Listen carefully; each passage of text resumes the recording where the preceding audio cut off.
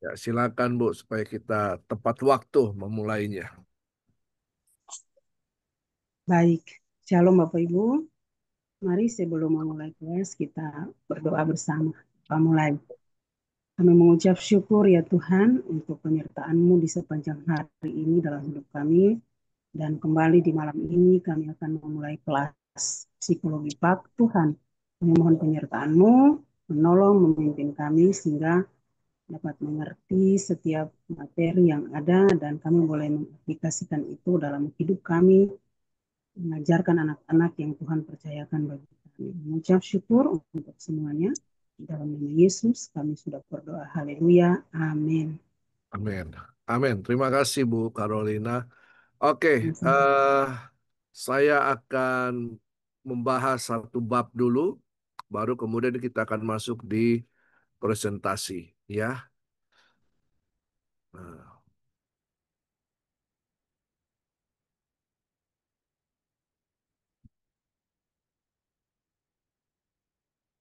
ya, kita masuk di bab 5, pembelajaran berbasis pelayanan dalam pendidikan Kristen. Nah, apa itu pembelajaran berbasis pelayanan atau service learning? Ya, service learning adalah pendekatan yang menggabungkan kegiatan pelayanan langsung kepada komunitas dengan tujuan akademik. Ya, tadi saya baru selesai melakukan Zoom juga dengan anak-anak mahasiswa di mana saya mengajar agama.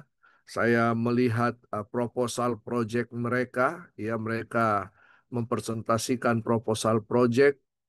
Ada yang melakukan pembersihan di gereja, ada yang melakukan pengajaran untuk anak-anak yang pemulung, ya. Ada juga yang memberi makan tiap minggu sekali selama 8 minggu, ya. Dan ya, ini merupakan service learning atau pembelajaran berbasis pelayanan. Nah, jadi konsep ini berfokus pada penyatuan teori dan praktek. Nah, di mana siswa tidak hanya belajar melalui buku atau instruksi di kelas, tetapi juga melalui pengalaman langsung yang menghubungkan apa yang mereka pelajari dengan tindakan nyata di lapangan. Jacobi menyatakan service learning itu adalah metode pembelajaran yang mengintegrasikan pelayanan kepada masyarakat dengan pembelajaran akademik. Ya, jadi dengan cara ini siswa tidak hanya memperoleh pengetahuan keterampilan, tetapi juga mengembangkan kompetensi sosial dan empati melalui pengalaman langsung yang membentuk mereka menjadi individu yang bertanggung jawab dan berkomitmen kepada pelayanan.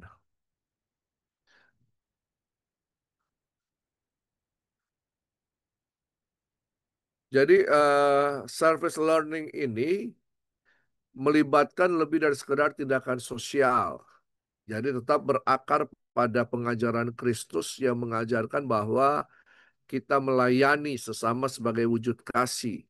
Matius 20 ayat 28 mengingatkan bahwa anak manusia datang bukan untuk dilayani, melainkan untuk melayani. Dan ini juga membentuk karakter kepemimpinan mereka. Ya, bahwa seorang pemimpin adalah seorang pelayan. Ya, kalau kamu ingin menjadi lebih besar, kamu harus menjadi hamba untuk mereka.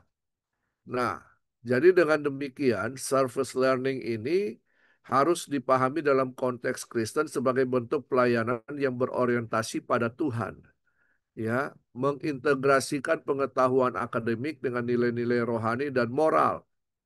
Jadi juga meningkatkan keterlibatan siswa dalam komunitas mereka. Ini memperkaya pengalaman akademik dan memberikan kontribusi positif bagi masyarakat luas.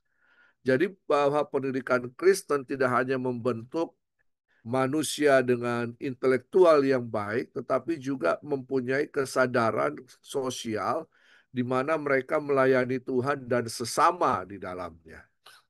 Nah, tujuan pembelajaran berbasis pelayanan dalam pendidikan Kristen, ya, uh, Yang pertama, sebagai pengikut Kristus, siswa diajarkan untuk hidup bahwa hidup mereka harus mencerminkan kasih dan pelayanan kepada sesama.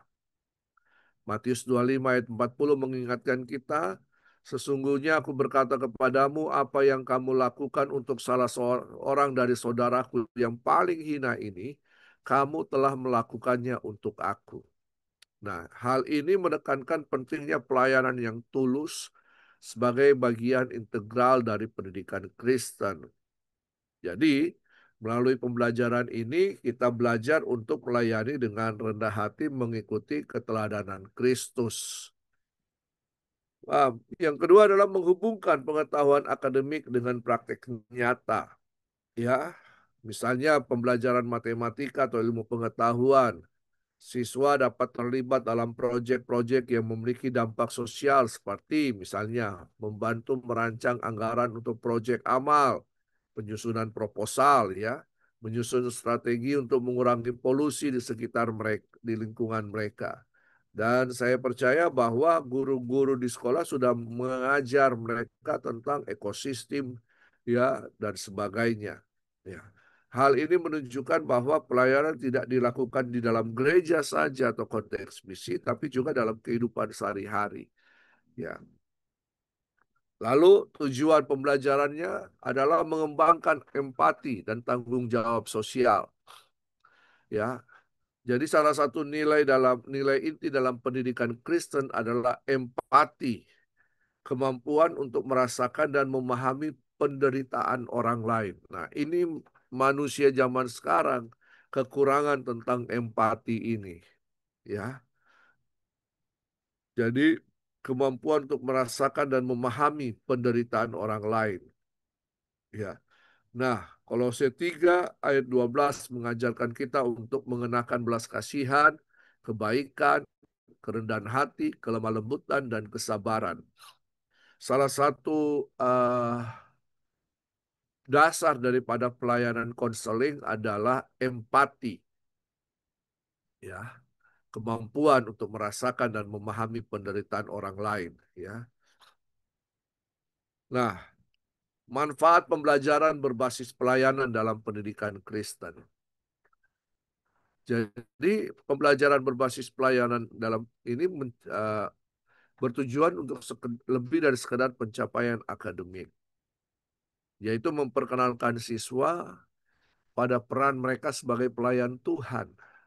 Jadi pelayan Tuhan itu bukan hanya di gereja, ya, melayani bidang musik itu pelayan Tuhan, ya, melayani asyar itu pelayanan Tuhan, ya, melayani kolektan itu pelayan Tuhan, ya, pengkhotbah pelayan Tuhan. Tidaklah demikian, ya, bahwa pelayanan itu tidak hanya terbatas di ruang gereja. Pelayanan yang sesungguhnya itu ada di marketplace. Disitulah All Saints movement terjadi, pergerakan orang-orang kudus yang diperlengkapi di gereja untuk menjadi berkat di bidang bidang-bidang mereka, ya. Kita belajar ada, Bapak Ibu mungkin tahu ada 7 mountains, 7 gunung, ya, di mana anak-anak Tuhan harus berperan di sana. Ada 7 gunung pelayanan. Pertama, keluarga, agama termasuk, pemerintahan, apalagi pendidikan, ya, bisnis, dunia usaha, lalu kemudian seni budaya, artis, lalu eh, apa satu lagi, ya, politik, ya, itu harus. Nah, bagaimana mereka bisa terjun dengan baik dalam masyarakat kalau tidak dipersiapkan, entahkah itu dari rumah atau yang hari-hari mereka ada, lebih banyak kebanyakan di sekolah.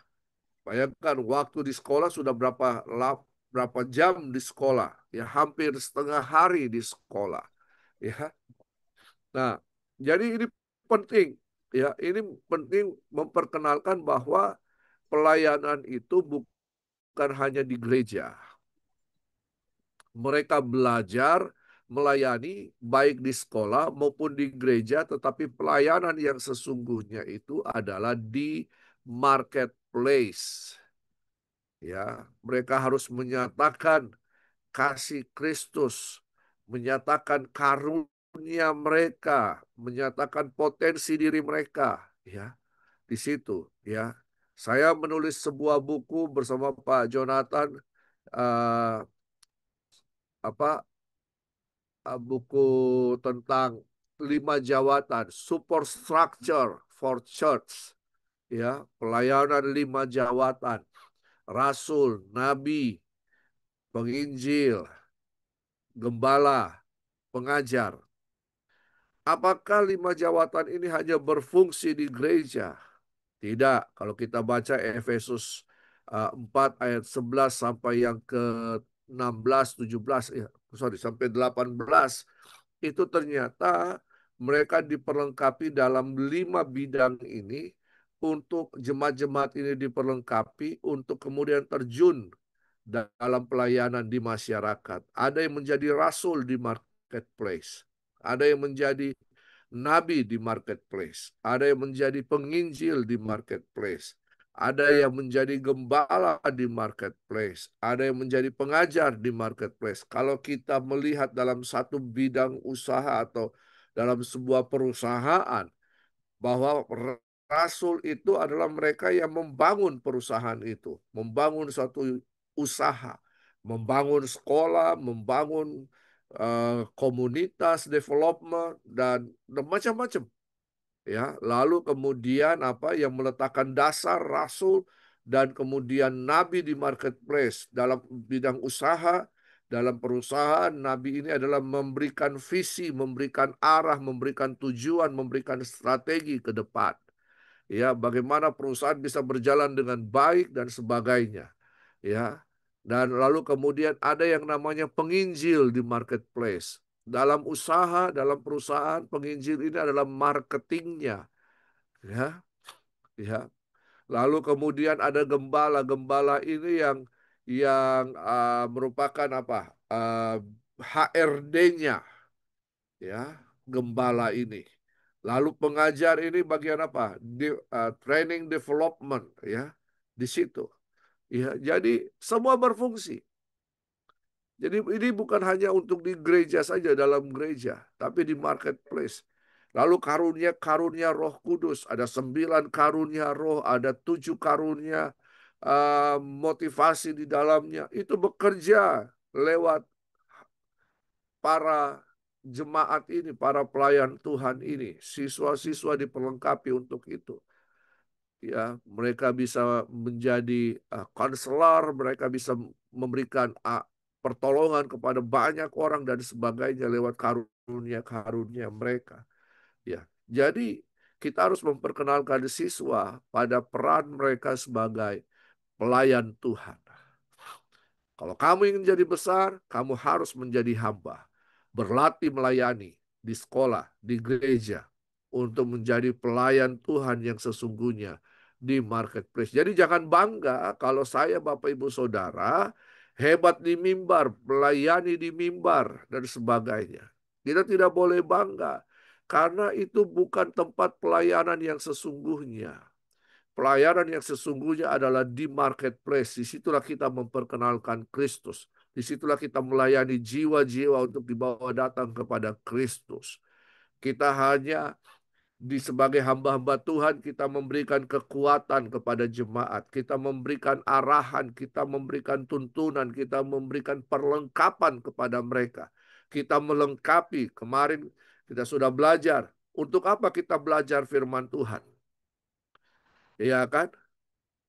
Bahwa firman Tuhan itu mengajar, apalagi menginsafkan kita dari kesalahan, mendidik kita dan sebagainya. Tapi tujuannya adalah supaya kita diperlengkapi untuk melakukan pekerjaan baik. Itulah pelayanan. Ini pelayanan, ya. Nah, jadi anak-anak harus diarahkan ke sana, ya, supaya mereka bisa masuk dalam pelayanan, menjadi berkat Pergi, jadikanlah semua bangsa muridku. Jadikanlah semua bangsa muridku, bukan jadikanlah mereka bergereja di organisasi kita. Jadikanlah semua bangsa muridku, murid Yesus. Gereja itu adalah pribadi, ya. Gereja bukanlah gedungnya, bukan pula menara. Gereja itu saya, Bapak Ibu Saudara. Gereja itu kita, ya. Lalu, ya, tujuannya meningkatkan pemahaman siswa tentang kasih pelayanan kepada sesama. Matius 25 ayat 40 tadi kita sudah baca, ya. Jadi kita harus memberikan kesempatan siswa untuk melayani orang lain, untuk menghubungkan pengalaman dengan Kristus tanpa syarat. Misalnya siswa terlibat dalam proyek pengumpulan dana untuk anak-anak kurang mampu yang membutuhkan alat sekolah atau pakaian, ya. Ini mungkin perlu dibuat secara rutin, setahun sekali kah, setahun dua kali, ya. Lalu anak-anak ini diajak misalnya ke panti asuhan, mereka melihat teman-teman mereka yang ya kena musibah dan sebagainya, yang tidak ada orang tua, yang mereka ikut terlibat di dalam melayani anak-anak di panti asuhan dan sebagainya. Me- Menyertakan mereka dalam kegiatan lingkungan hidup dan ya itu hal yang baik, ya. Nah, dalam misalnya dalam membutuhkan dalam proyek pengumpulan dana ini, ya, proyek siswa tidak hanya belajar tentang perhitungan keuangan atau logistik, tetapi juga mereka belajar tentang pentingnya memberi, membantu sesama, menjalani ajaran Kristus dalam tindakan nyata, ya. Di situ mereka belajar untuk mengasihi dengan hati yang tulus, ya. Nah, bukan hanya sekedar pengetahuan akademik, tetapi dalam realita kehidupan yang nyata. Banyak sekolah Kristen menerapkan pembelajaran berbasis teknologi dalam proyek pelayanan. Misalnya, siswa yang menggunakan platform crowdfunding untuk mengumpulkan dana, membangun tempat ibadah bagi komunitas yang kurang mampu, atau mendukung misi kemanusiaan, ya. Jadi ya, misalnya kemanusiaan ke Palestina ternyata banyak disalahgunakan oleh Hamas di sana. Ya. Nah, dalam hal ini siswa mengaplikasikan ilmu matematika dalam perencanaan anggaran, ilmu komputer untuk mendesain kampanye digital, ilmu komunikasi untuk menyebarkan pesan penggalangan dana. Ya. Nah, jadi kalau kita melakukan ini bukan tujuan untuk ya supaya kita bisa menikmatinya, tetapi ya bukan untuk kita, tetapi untuk orang lain, ya. Ya, jadi siswa tidak hanya belajar tentang konsep matematika atau teknologi, mereka juga belajar bagaimana menggunakan keterampilan tersebut untuk melayani orang lain dalam pelayanan dan kasih Kristus, ya. Nah, lalu apa? Mengembangkan empati dan tanggung jawab sosial. Jadi proyek-proyek pelayanan sosial berfokus pada kesejahteraan mental juga merupakan contoh pembelajaran berbasis pelayanan yang relevan. Misalnya di sekolah di Kristen, ya, ada kampanye kesadaran kesehatan mental di komunitas mereka, terutama di kalangan remaja yang seringkali menghadapi tekanan dan stres akibat media sosial dan tuntutan hidup modern. Jadi, siswa yang terlibat ini tidak hanya memahami masalah kesehatan mental dari perspektif medis atau psikologis, tapi juga mereka belajar untuk empati, ya, memberikan empati, menjadi agen perubahan dalam komunitas mereka dengan memberikan dukungan emosional dan sosial kepada teman-teman mereka yang membutuhkan. Makanya perlu guru-guru belajar untuk bagaimana bisa mengkonseling, ya, menolong orang siswa-siswa yang mempunyai gangguan kesehatan mental. Lalu kemudian misalnya memperlengkapi siswa-siswa untuk mengajar mereka tentang kesehatan mental dan mereka mengalami kesehatan mental yang baik, lalu kemudian ikut terlibat menolong banyak remaja yang lain. Ya, nah akan baik bila seorang siswa itu dapat membantu teman sebaya mereka yang mengalami kecemasan atau depresi. Ya, melalui misalnya program bimbingan sebaya atau menjadi sukarelawan dalam panti rehabilitasi. Ini merupakan hal yang ideal. Apa yang kita pelajari hari-hari ini adalah hal yang ideal. Ya, apa yang saya kemukakan mungkin sesuatu yang ideal, yang ah bagaimana nanti diterjemahkan. Nah, itu membutuhkan kreativitas kita, ya. Memberikan pengampunan, tampar pipi kiri, tampar pipi kanan itu sesuatu yang ideal. Mengasihi dengan pengorbanan sesuatu yang ideal. Tapi apakah kita berhenti pada tataran belum ideal? Kita harus menuju kepada yang ideal itu, ya. Kita ajar anak-anak, walaupun mungkin mereka masih mengalami kesalahan dalam melayani, tapi kita didik dengan baik, sehingga mereka bisa menjadi seorang pelayan yang baik. Lalu apa? Meningkatkan rasa tujuan dan kepuasan pribadi dalam pelayanan. Ya, Filipi 2 ayat 3 sampai 4 mengajarkan kita tidak mencari kepentingan diri sendiri tapi kepentingan orang lain. Ya, di dalam pelayanan mereka menemukan tujuan itu sehingga mereka bertumbuh dalam komitmen, memperkuat komitmen spiritual mereka. Misalnya dalam proyek pemberdayaan ekonomi bagi keluarga kurang mampu, siswa dapat bekerja sama dengan lembaga sosial untuk menyediakan pelatihan keterampilan kerja bagi orang-orang yang tidak memiliki pekerjaan tetap atau anak-anak yang drop out dari sekolah. Ya,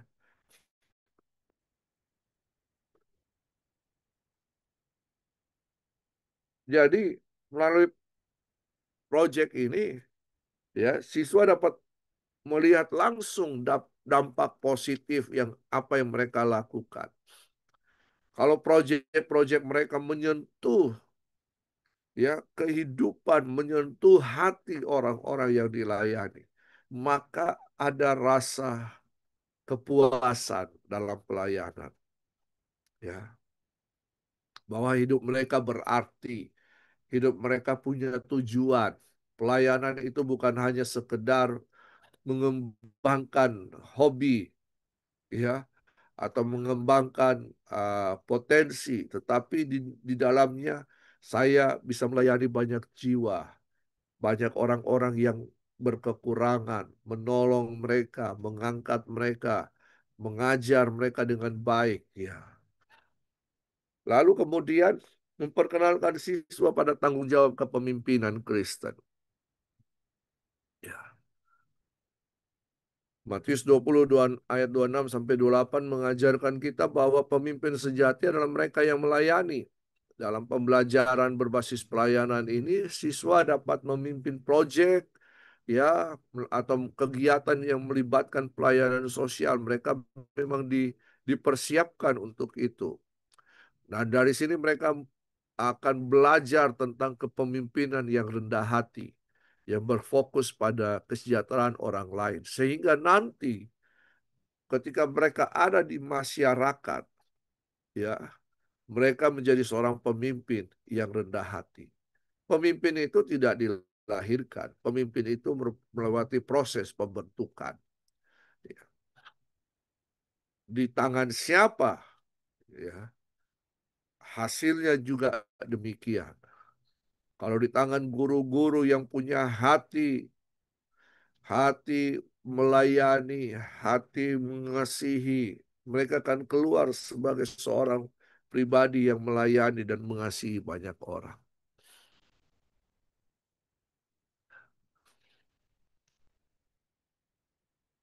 Nah, contoh atau implementasi pembelajaran berbasis pelayanan dalam pendidikan Kristen. Misalnya program pembinaan iman di komunitas gereja.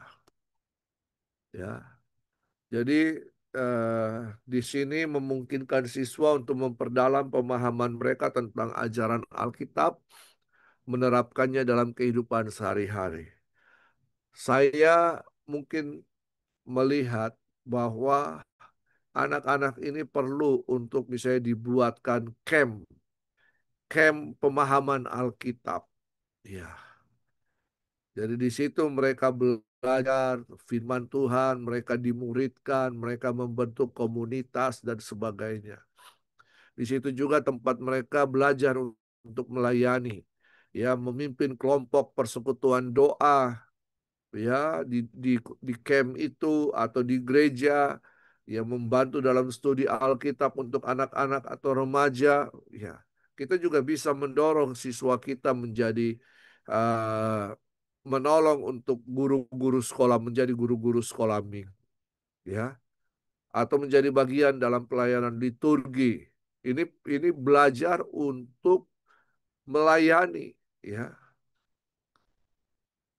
Jadi siswa tidak hanya mendapatkan kesempatan untuk meningkatkan pemahaman tentang firman Tuhan, tapi juga mereka belajar untuk menjadi pemimpin dalam iman, membagikan pengetahuan rohani dan melayani komunitas gereja mereka.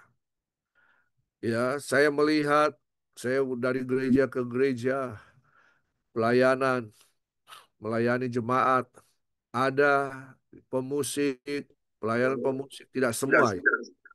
Ada pelayanan pemusik, ada pelayanan altar. Setelah mereka melayani sebelum firman Tuhan, mereka turun, mereka tidak duduk mendengarkan firman Tuhan.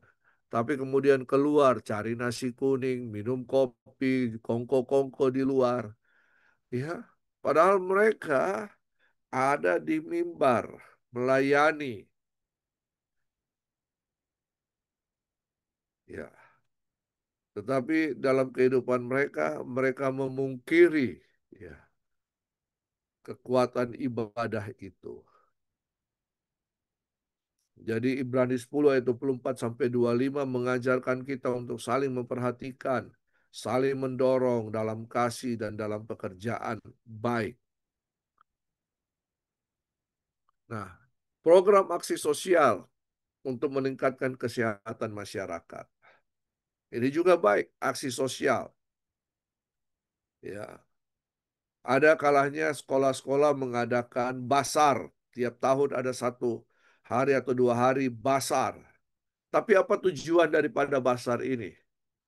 Ya, ya, ada yang bertujuan untuk apa? Untuk apa? Belajar lapangan, study field, ya, field trip, ya, field trip kemana? Ya, itu juga baik, tetapi cobalah kita mengajar mereka untuk melakukan aksi sosial. Ya, mungkin khususnya dengan yang berhubungan dengan pengentasan kesenjangan kesehatan atau akses pelayanan kesehatan yang bagi yang kurang mampu. Karena ya ada banyak orang tua yang memang juga ada di dalam bidang-bidang ini. Yang kalau anak-anaknya didorong untuk melakukan aksi sosial dan melibatkan orang tua mereka, akhirnya terjadi. Mungkin ada orang tuanya dokter, ada orang tuanya perawat, ya, ada orang tuanya di bidang farmasi dan sebagainya. Ya, itu bisa, ya, bisa melibatkan orang tua sehingga terjadi pelayanan generasi yang luar biasa. Kalau kita bicara generasi, bahkan bukan hanya anak-anak muda, tetapi generasi, ya, orang-orang tua juga terlibat di dalamnya. Kita ajar mereka menjadi seorang Samaria yang baik hati, ya, yang menolong tanpa memandang latar belakang. ya. Pelatihan keterampilan untuk masyarakat marginal, misalnya siswa bisa bekerja sama dengan guru dan juga profesional, ya termasuk ada mungkin di orang tua mereka, ya untuk apa? Kursus keterampilan kerja atau pelatihan kewirausahaan, ya, ya misalnya hasil bumi apa atau hasil tanaman apa yang banyak di daerah itu, pisangkah, ubikah, ya selain hanya direbus atau dibakar, mungkin bisa diolah jadi yang lain. Ya, itu bisa.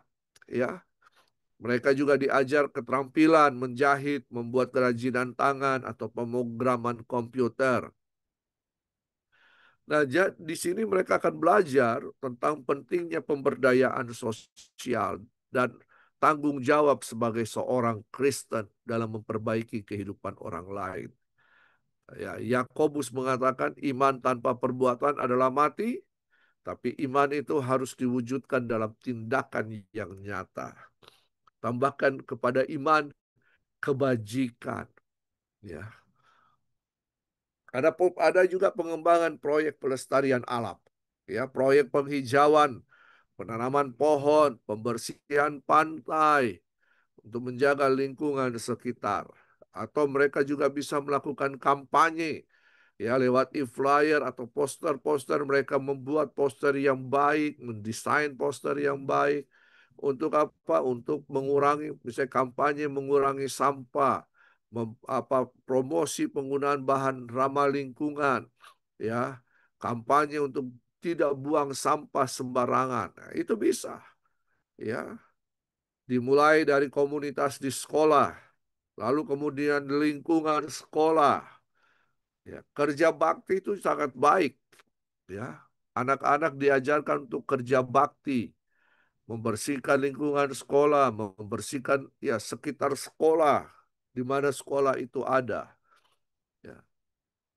Sehingga mereka mempunyai kepedulian terhadap alam dan terhadap masa depan bumi ini. Ekologi, teologi ekologi sekarang lagi berkembang, ya. Teologi ekologi. Nah, program pendidikan untuk anak-anak yatim dan ini keadilan sosial. Siswa dapat menjadi mentor bagi anak-anak di panti asuhan, membantu mereka dalam pelajaran sekolah, mengajarkan keterampilan lain yang dapat meningkatkan kualitas hidup mereka. Ah, kan mereka masih anak-anak. Ya, walaupun mereka masih anak-anak, tidak menutup kemungkinan mereka bisa menjadi berkat bagi ya kawan apa rekan-rekan mereka seusia mereka. Ya. Nah, evaluasi dalam pembelajaran berbasis pelayanan. Ya, evaluasi tidak hanya berfokus pada akademik, tapi perkembangan sosial, ekonomi, dan spiritual. Nah, jadi pembelajaran berbasis pelayanan harus melakukan evaluasi yang lebih holistik dan komprehensif. Karena tujuan utama dari service learning adalah mengembangkan karakter dan iman siswa. Serta apa?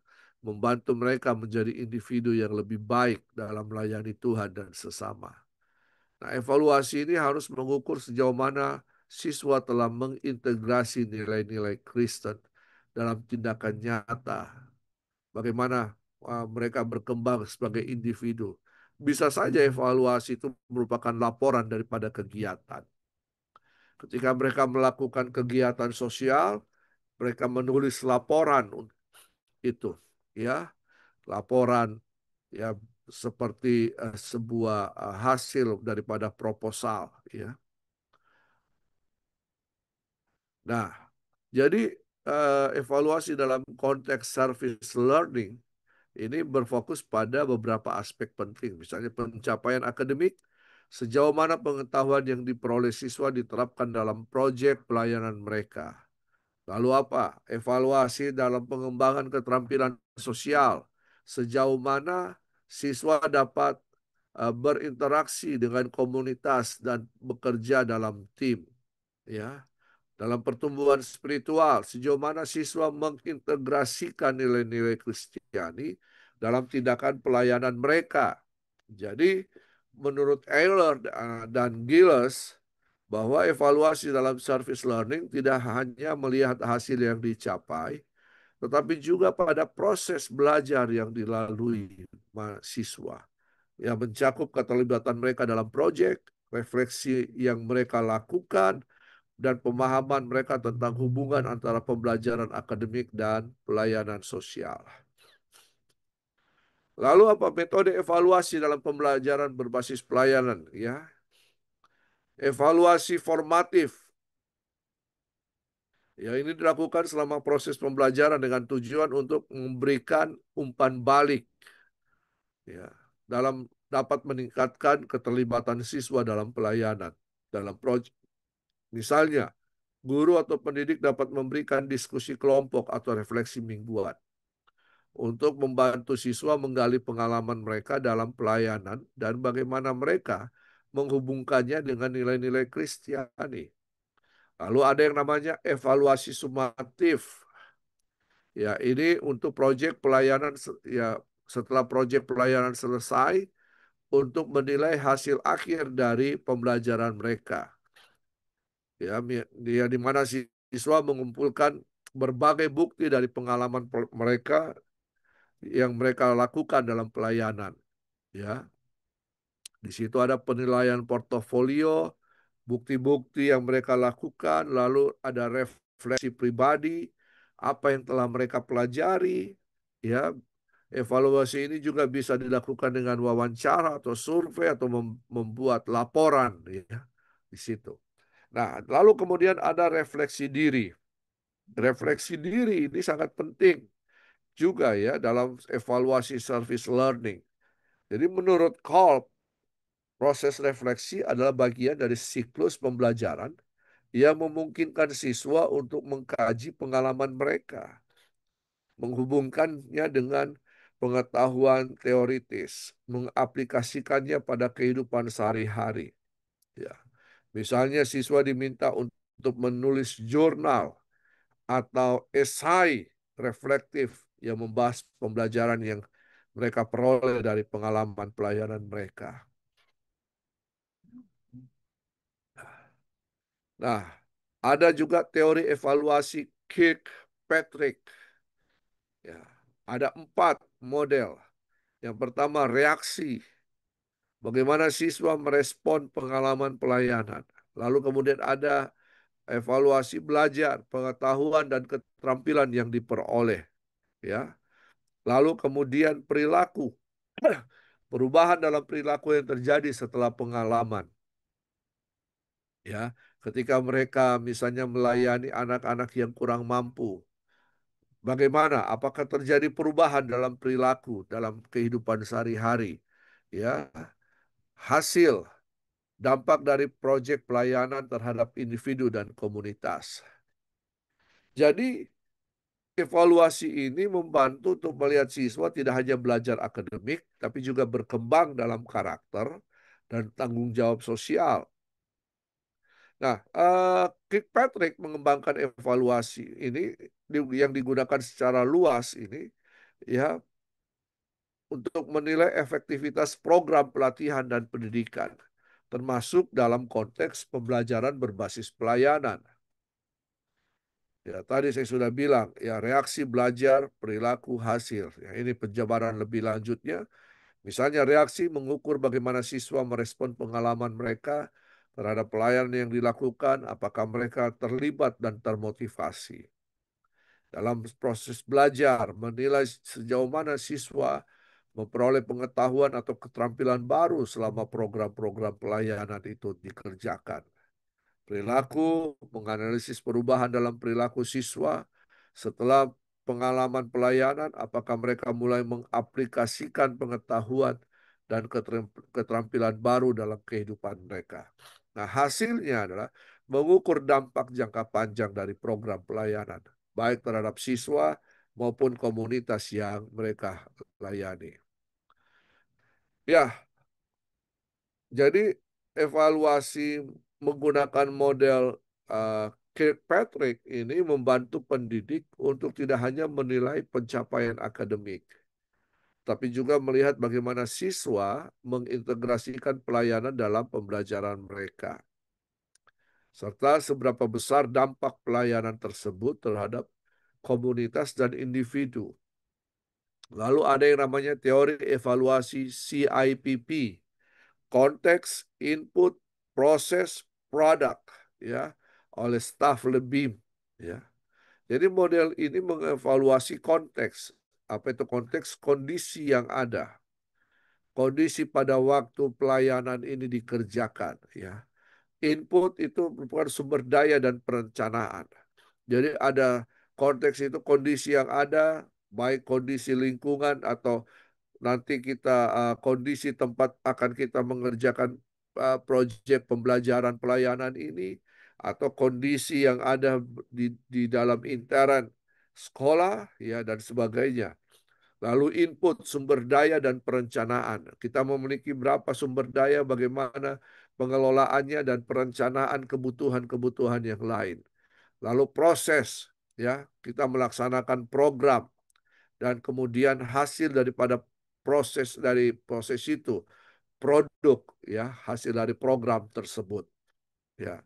Jadi ketika saya menyuruh anak-anak untuk melakukan pekerjaan baik, mengamalkan iman mereka atau menyatakan iman mereka lewat perbuatan, mengasihi sesama, mengasihi melayani sesama, lingkungan dan sebagainya, saya menyuruh mereka untuk mengadakan survei terlebih dahulu.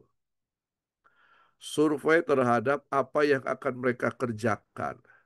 Mereka ketemu dengan orang-orang, mereka melihat keadaan lingkungan yang ada, ketemu misalnya dengan gembala atau majelis dan sebagainya.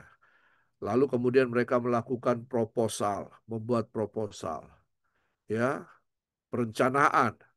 Lalu kemudian mereka merencanakan apa yang akan dikerjakan, berapa sumber dana, dari mana sumber dana itu, ya.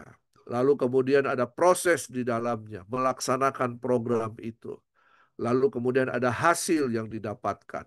Nanti ada laporan hasil proyek, ya.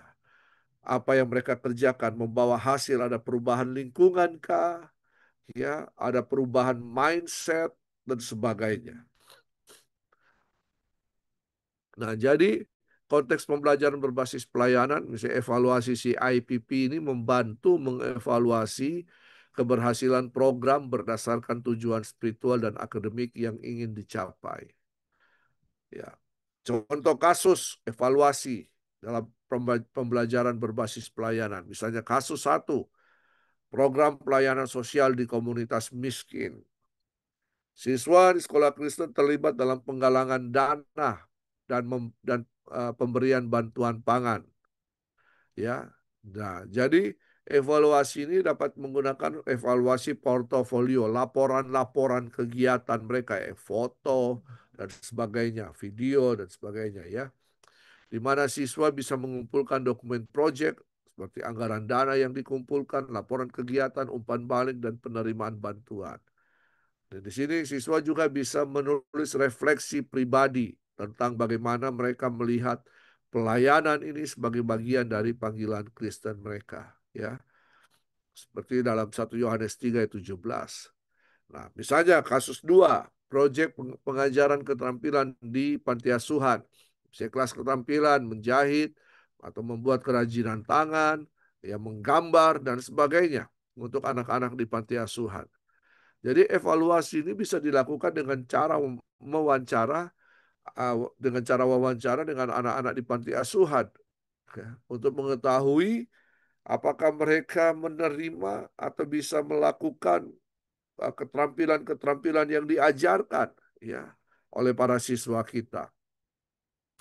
Nah, evaluasi juga bisa dilakukan dengan survei untuk menilai seberapa baik siswa mengembangkan keterampilan pengajaran mereka dan bagaimana proyek ini meningkatkan kepercayaan diri dan rasa tanggung jawab mereka sebagai pelayan.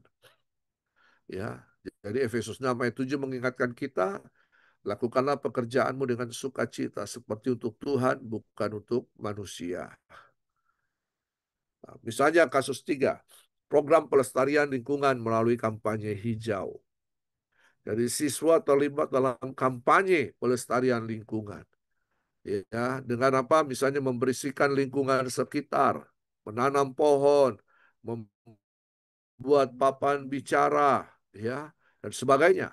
Ya, papan bicara misalnya jangan buang sampah sembarangan atau apa, ya, ini lingkungan ini ciptaan Tuhan, mari kita jaga bersama.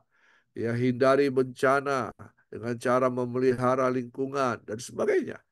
Ya, nah kita bisa melakukan evaluasi dengan model Kirkpatrick dengan menilai reaksi siswa terhadap proyek, bagaimana mereka merespon, apa yang mereka pelajari tentang pentingnya pelestarian alam, bagaimana itu mengubah perilaku mereka terkait kebersihan, kepedulian terhadap lingkungan, dan dampak proyek terhadap komunitas. Misalnya jumlah pohon yang ditanam dan dampaknya terhadap kualitas udara. Ya, ini juga dapat mencakup refleksi bagaimana pelayanan ekologi ini sebagai bagian dari iman. Karena kejadian 2 ayat 15 ini amanat, ya, amanat budaya dan amanat pemerintahan. Ini mengajarkan kita untuk mengusahakan dan memelihara Taman Eden.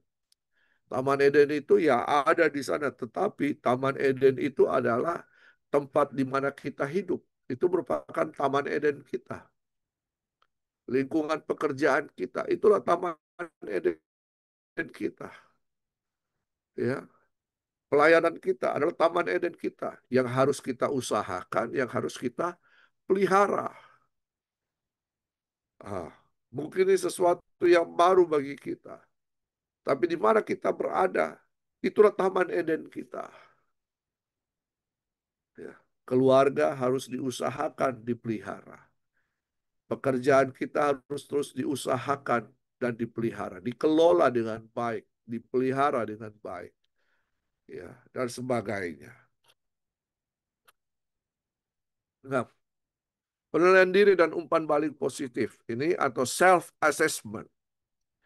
Ini komponen yang sangat penting dalam evaluasi pembelajaran berbasis pelayanan. Jadi siswa diminta untuk merefleksikan pengalaman mereka dan mengevaluasi sejauh mana mereka telah memenuhi tujuan pembelajaran. Selain itu, umpan balik positif dari sesama siswa, guru, dan anggota komunitas yang mereka layani ini merupakan hal yang penting untuk meningkatkan pengembangan pribadi mereka. Ya, oke. Saya rasa saya selesai sampai di sini. Bab 5, ya. Kita akan masuk dalam presentasi. Ya. Apakah di sini ada ingin yang didiskusikan sebelum kita masuk presentasi?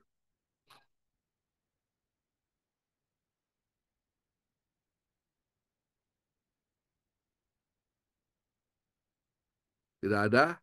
Kalau tidak ada, saya serahkan kepada Pak Ino.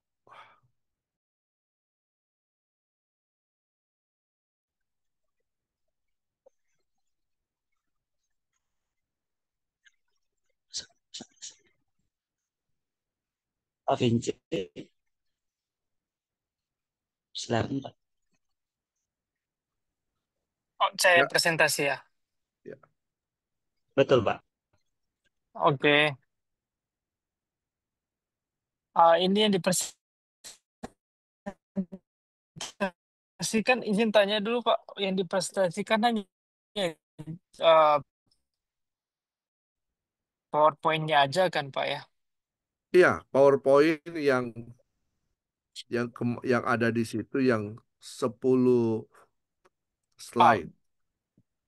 Ya, jadi kurang lebih waktunya sekitar 20 menit lah, ya. 20 menit atau 25 menit itu sudah di dalamnya presentasi dan oke diskusi. Pak. Jadi kalau misalnya 10 slide bisa 10 menit, baru kemudian kita diskusi. Oke Pak. Terus nanya sendiri kan baru dikirim nanti akhir akhir tanggal akhir perkuliahan atau akhir tanggal 14 November Pak? Sebenarnya jurnal itu sudah harus saya terima sebelum perkuliahan. Tapi apa ya Hmm. sudahlah. Ya, sebenarnya itu Oke, oke, sudah Pak. harus. Makanya ada saya buat form list pengumpulan tugas supaya saya tahu itu sudah di email atau belum. Ya, nah, alamat emailnya apa, nama lengkapnya apa, supaya saya tahu. Nanti supaya saya tidak kececer dalam menilai. Baik, Pak. Oke, saya izin mulai presentasi ya, Bapak Ibu semua. Ah, ini saya coba share ya.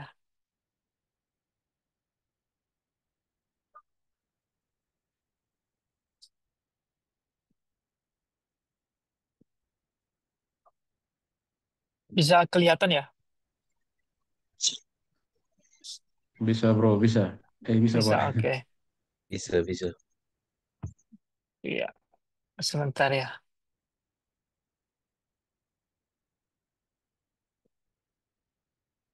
Oke, jadi ini ah, saya presentasikan dari awal ya.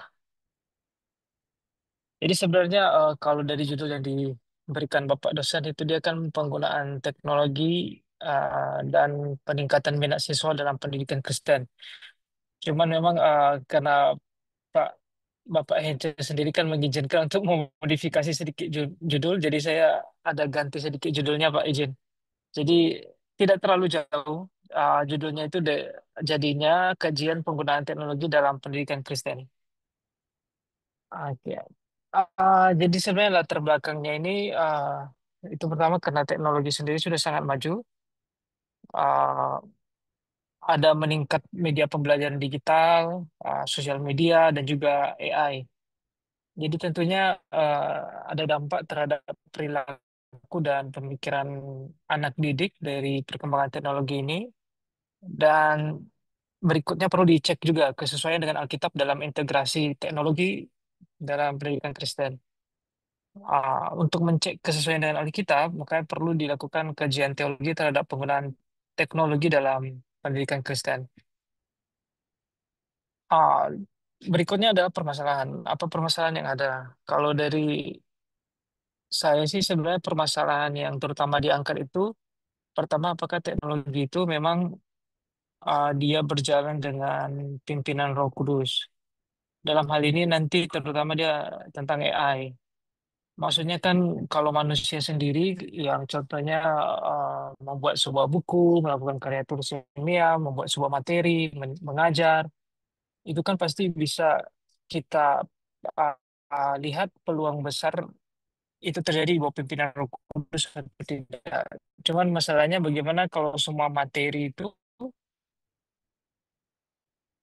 uh, baik itu materi, kurikulum, bahan pelajaran, semuanya bukan gurunya yang mengerjakan, tapi AI sendiri yang mengajarkan dia. Jadi itu kan jadi masalah. Apakah memang AI itu bisa dipimpin sama Roh Kudus? Kan itu mesin ya. Jadi itu menjadi pertanyaan juga. Nah berikutnya teknologi sendiri dapat menentang iman Kristen. Ini karena ya beberapa bisa kita buktikan ada teknologi itu, contohnya ya internet atau YouTube atau informasi-informasi yang didapat dari internet itu tidak semuanya sejalan dengan ajaran Kristen. Ada beberapa juga yang bertentangan. Dan berikutnya ke depan ketika AI sangat berkembang, bisa muncul ketergantungan terhadap AI ini, bahkan dalam lingkup kerohanian. Sebagai contoh itu ya ChatGPT aja. Kalau mungkin dulu orang punya masalah bisa aja dia konseling dengan pastor atau pendeta atau mentor rohaninya. Nah, cuman dengan kecanggihan AI, contoh kecilnya saja ChatGPT bisa saja nanti orang dia mau konsultasi masalah kerohanian, dia tanya ke ChatGPT lagi. Jadi dia diskusi ke AI, bukan ke pembina rohaninya lagi. Dan itu menjadi masalah besar juga. Berikutnya adalah perubahan atau hilangnya kebiasaan sosial yang baik, terutama dengan kecanggihan teknologi. Tujuan dari penelitian ini sebenarnya dia untuk menganalisis penggunaan teknologi dalam pendidikan Kristen, meliputi penggunaan serangan digital, media internet, AI, media visual, perangkat lunak, program, atau aplikasi lainnya. Akan ada beberapa analisis teologi dan juga kajian literatur dan juga jurnal-jurnal penelitian dari orang-orang Kristen lainnya tentang pengaplikasian teknologi dalam pendidikan Kristen. Nah, harapannya juga nanti tulisan jurnal ini dapat menjadi panduan dan bahan literasi untuk penelitian lebih lanjut di masa depan. Dan harapannya dengan banyaknya literasi tentang hal ini, maka teknologi itu dapat digunakan dengan baik, bukannya menentang, malah mendukung pendidikan Kristen. Harapannya seperti itu. Jadi landasan teorinya nanti ada dasar-dasar kitab, ada tentang teknologi dan juga pedagogi, terus metodenya ini lebih ke kualitatif. Jadi ini hasil dan pembahasan. Nah, yang pertama di hasil dan pembahasannya itu adalah saya akan memaparkan contoh-contoh penggunaan teknologi dalam pendidikan Kristen yang saya dapatkan.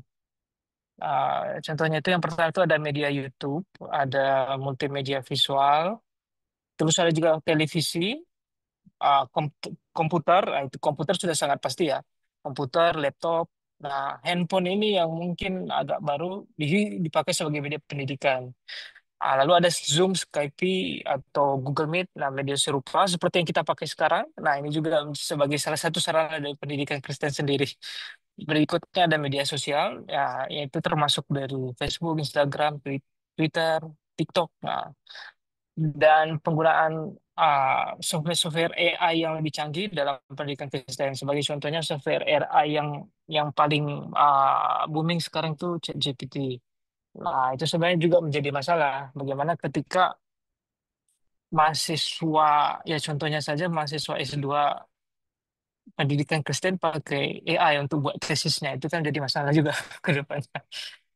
Ya, eh, jadi ada beberapa jurnal-jurnal penelitian, artikel, dan juga beberapa hasil pembahasan dan review yang saya dapatkan dari beberapa orang itu ada yang memberikan hasil positif. Contohnya itu ada penelitian dilakukan oleh Silva dan Chaining tahun 2024. Dia menemukan bahwa YouTube itu ternyata bisa membantu guru dalam penyederhanaan materi pendidikan. Jadi maksudnya uh, mungkin kalau guru ini dia langsung baca buku teks yang terlalu tebal, mungkin agak susah dia baginya untuk mengerti. Nah, jadi dengan video-video di YouTube itu dia bisa membantu materinya lebih sederhana sehingga gurunya lebih mengerti. Bisa juga beberapa guru itu dia memakai media YouTube ini sebagai alat klarifikasi. Contohnya ada informasi yang dia dapatkan uh, atau ajaran tertentu dan dia konfirmasi dengan cara melihat video di YouTube. Dan juga bisa untuk mencari ide-ide yang baru. Berikutnya tahun 2022 dari Monte dia ada menemukan bahwa multimedia itu bisa berpengaruh positif dalam pembelajaran. Kide tahun 2024 dia juga menyatakan bahwa televisi yang tepat dapat, maksudnya siaran televisi yang tepat dapat meningkatkan pengetahuan keterampilan berkritis siswa. Tapi tentunya dalam hal ini bukan televisi secara umum ya, karena kan channel dan siaran televisi sendiri ada ratusan, ada banyak sekali. Nah, Kide ini dia lebih membahas siaran televisi rohani. Jadi maksudnya siaran televisi yang memang dia isinya edukasi tentang cerita-cerita Alkitab atau pembahasan Alkitab, ceramah, atau lagu rohani atau hal-hal yang berbau rohani yang berkaitan dengan pendidikan Kristen. Nah, itu ternyata bisa meningkatkan keterampilan dan berpikir kritis. Nah, berikutnya Kainara tahun 2024 dia menuliskan bahwa media sosial contohnya WhatsApp, Instagram, Twitter, Facebook, TikTok itu bisa memberikan hasil positif bagi peserta didik dengan catatan penggunaannya itu dibimbing oleh pendidiknya atau gurunya di sekolah ataupun orang tuanya juga. Jadi tidak dibebaskan dalam penggunaannya. Berikutnya Rumiati tahun 2024 ini penelitiannya dilakukan di masa pandemi. Dia mendapatkan bahwa pembelajaran daring atau pembelajaran online yang tertutup dengan baik dapat berdampak positif pada minat belajar siswa. Jadi ternyata selama masa pandemi dia mendapatkan beberapa siswa malah jadi lebih tertarik untuk belajar dengan metode pembelajaran online. Nah, berikutnya ada Papa Kostas tahun 2025 itu dia menyimpulkan bahwa AI atau Artificial Intelligence dapat memperkaya pendidikan agama jika ya diterapkan secara bijaksana dan etis. Nah, ini yang di Papan Kostas tahun 2025. Jadi ternyata memang AI ini dia katanya malah bisa membantu uh, orang-orang atau guru untuk memahami tentang ajaran agama. Nah, ini menarik juga. Nah, lalu berikutnya Di dalam jurnal saya ini akan dibahas tentang penelitian dan juga studi literatur tentang dampak negatif dari penggunaan teknologi ini terhadap pendidikan Kristen. Nah, sebenarnya yang saya dapatkan malah justru lebih banyak dampak negatifnya daripada dampak positifnya. Ya, contohnya itu di Josh Gale tahun 2023, dia menyatakan bahwa seorang siswa atau anak didik yang memang dia sebenarnya tabiat atau bawaannya itu memang dia sudah kurang disiplin sebelum sebelum terpapar dengan teknologi itu memang dia ya terkesan memang sudah kurang disiplin. Nah, siswa-siswa yang seperti ini justru akan lebih banyak menghabiskan waktu dengan teknologi, contohnya HP-nya atau media sosial, internet, dibanding waktu dengan berdoa. Jadi memang itu memberikan dampak negatif. Jadi kepada siswa yang sebelumnya memang sudah buruk, kebiasaannya makin buruk dengan terpapar internet dan kecanggihan teknologi. Yang berikutnya ada Simran Lail tahun 2024. Dia mendapatkan bahwa penggunaan media sosial yang berlebihan dapat mengurangi interaksi sosial dan menyebabkan tekanan emosional pada mahasiswa. Jadi ini menarik karena media sosial yang berlebihan bisa menyebabkan gangguan emosi juga. Nah, berikutnya ada McClure tahun 2015. Dia mendapatkan bahwa penggunaan internet yang sangat lama akan mengurangi seseorang untuk berniat mengikuti kegiatan agama. Nah, bukan hanya internet, tapi McClure juga dia menyatakan televisi pun bisa meningkatkan rasa malas untuk datang ke gereja. Jadi dia uh, menyimpulkan dalam penelitiannya sebenarnya hal ini terjadi lebih banyak terjadi sama orang-orang yang memang dia sedang sakit. Contohnya dia sedang demam, sedang flu, atau orang-orang cacat, atau mungkin orang yang cedera secara fisik, termasuk juga lansia. Jadi memang mereka itu sudah punya keterbatasan fisik untuk datang beribadah ke gereja. Nah, dengan adanya televisi, makin menjadi-jadilah mereka rasa malasnya untuk tidak datang ke gereja. Nah, itu dampak negatif yang ditemukan oleh McClure ini.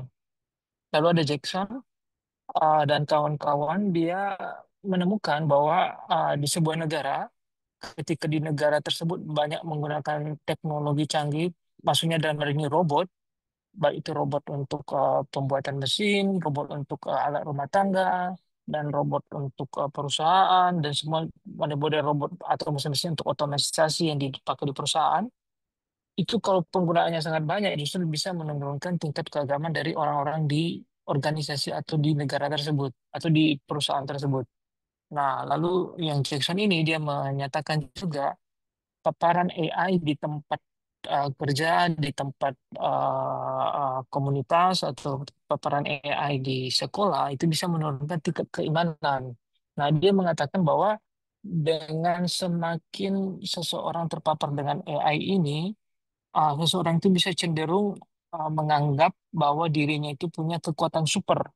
Jadi dengan kata lain, uh, orang yang terpapar AI ini dia merasa sudah setara dengan Tuhan sehingga bisa malah memicu dia menjadi ateis. Dan yang menariknya ternyata penelitian Jackson ini dia dilakukan dengan jutaan sampel dan itu hampir terjadi di seluruh dunia. Nah, lalu di Berkeley tahun 2024 dia menemukan ini program PISA tahun 2022 dia membahas tentang program PISA tahun 2022 menemukan bahwa siswa terganggu dalam proses belajar mengajar jika sedang menggunakan perangkat digital. Nah, maksudnya seperti ini. Contohnya kita sedang mengajar di depan kelas. Nah, di saat yang bersamaan siswa itu juga sedang pakai HP atau menggunakan komputer atau menggunakan hal yang lainnya atau bahkan browsing atau balas chat. Nah, ternyata itu bisa mengganggu distraksi dan fokus belajar siswa. Sama juga dengan Alfie tahun 2024 dia menemukan gangguan fokus belajar akibat penggunaan perangkat teknologi saat sedang belajar. Begitu juga dengan uang.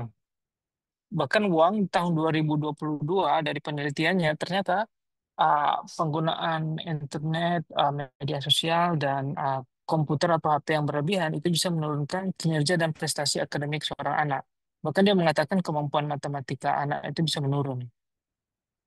Nah, berikutnya pada tahun 2015 ini yang menarik, Ison dia melakukan penelitian. Ternyata ditemukan bahwa dari tahun 2015 ke atas, ketika internet semakin berkembang dan tahun 2015 itu juga dicatatkan, dituliskan sama Ison bahwa ternyata semakin banyak literatur, skripsi-skripsi, tesis dan karya tulis ilmiah yang dulunya itu sebagian besar di print, tapi mulai dari tahun 2015 itu semakin banyak dipublikasi. Nah, semakin maraknya publikasi online dari karya-karya tulis, tesis, skripsi dari mahasiswa ini di kalangan akademik, itu ternyata berkaitan dengan tingkat plagiarisme. Yang menariknya, Ison ini dia melakukan penelitian terhadap mahasiswa S2 yang sedang mengerjakan disertasi. Jadi ternyata hampir sebagian besar disertasi mahasiswa itu ditemukan sama Ison ini uh, terindikasi ada plagiarisme dengan uh, batas yang melebihi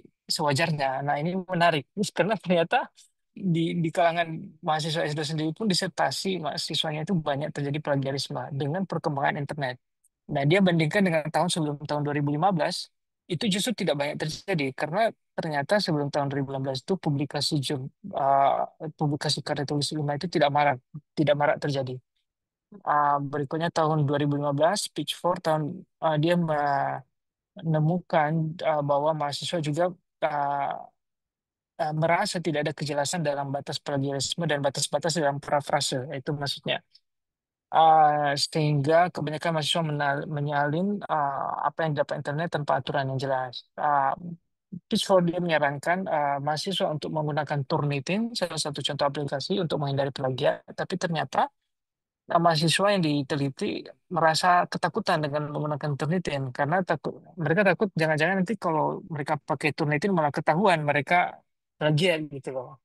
Jadi malah makin susah mereka buat karya tulis. Nah, itu yang dilakukan oleh Pitchfork. Masih ada beberapa penelitian lain lagi, cuman tidak sempat dibahas karena lumayan banyak juga ternyata penelitian tentang teknologi teknologi tersebut dalam dunia pendidikan, terutama pendidikan Kristen. Jadi karena terlalu banyak jurnalnya, itu tidak sempat waktu untuk membahasnya semua. Nah, dari pencarian literatur yang saya cari, sebagian besar sebenarnya penelitian Kristen yang terjadi di saat ini itu lebih banyak dilakukan oleh mahasiswa dan kebanyakan membahas masalah AI. Nah, untuk saat ini, tapi masih ada juga beberapa penelitian lainnya yang membahas tentang teknologi selain AI. Karena sebenarnya teknologi ini bukan hanya AI saja, masih banyak uh, cakupannya yang bisa dipakai di pendidikan Kristen.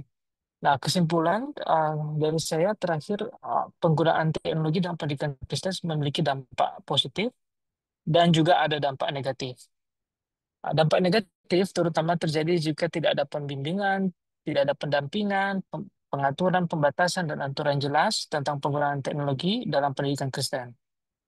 Sedangkan dampak positifnya terjadi ketika teknologi tersebut digunakan secara terarah, yang terutama dikerjakan oleh pendidik, dipimpin penggunaannya oleh pendidik secara baik dan benar. Nah, berikutnya kesimpulan dari saya, penggunaan AI sebaiknya dibatasi dalam lingkup akademik karena dampak negatif yang lebih banyak daripada dampak positif. Nah, jadi dari hasil pembahasan jurnal-jurnal yang ada yang jadi literatur saya, sebenarnya penggunaan AI ini dia malah lebih besar kecenderungan dampak negatifnya daripada dampak positifnya. Nah, terutama ketika AI ini dipakai dalam lingkup akademik, sebagai contohnya pembuatan tugas atau makalah, atau karya tulis jurnal, bahkan tesis atau skripsi, itu dampak negatifnya lebih besar daripada dampak positifnya kalau pakai AI. Nah, hal yang lainnya lagi juga penggunaan AI dalam pembuatan ceramah. Jadi maksudnya ini terutama bukan pada pengajar ya, tapi lebih ke para pendeta. Jadi pendeta-pendeta ketika dia mau buat ceramah, ternyata dia pakai AI. Nah, itu dampak negatifnya lebih besar daripada dampak positifnya.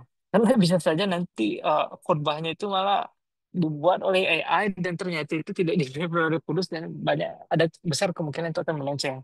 Belum lagi kesan monoton dari isi khotbahnya. Dan masih banyak hal yang lain lagi. Kesimpulan terakhir sih dari saya perlu penelitian lebih lanjut tentang teknologi dalam pendidikan Kristen. Ya, itu aja Pak. Terima kasih. Baik, terima kasih Pak Vince.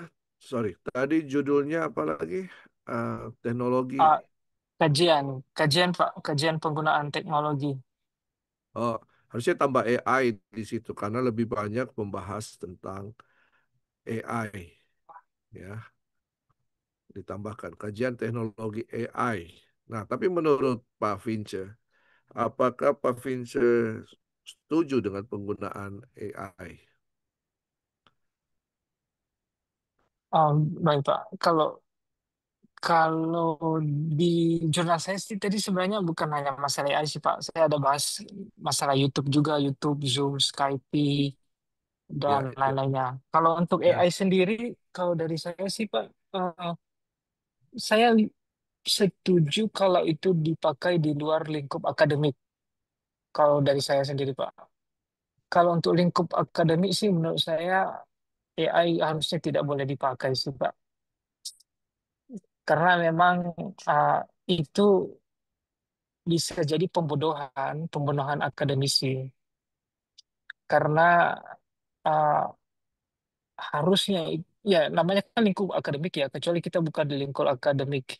Uh, Harusnya kan contohnya, sebagai contohnya kita buat di jurnal lah, kita buat jurnal pendidikan gitu lah. Harusnya kan jurnal pendidikan itu kan kita buat sendiri, kita cari bahan sendiri, kita buat mulai dari latar belakang, kesimpulan, itu kan harusnya kita sendiri. Nah, memang akan memakan waktu banyak dan memakan waktu banyak, tenaga, pikiran, dan mungkin juga uang.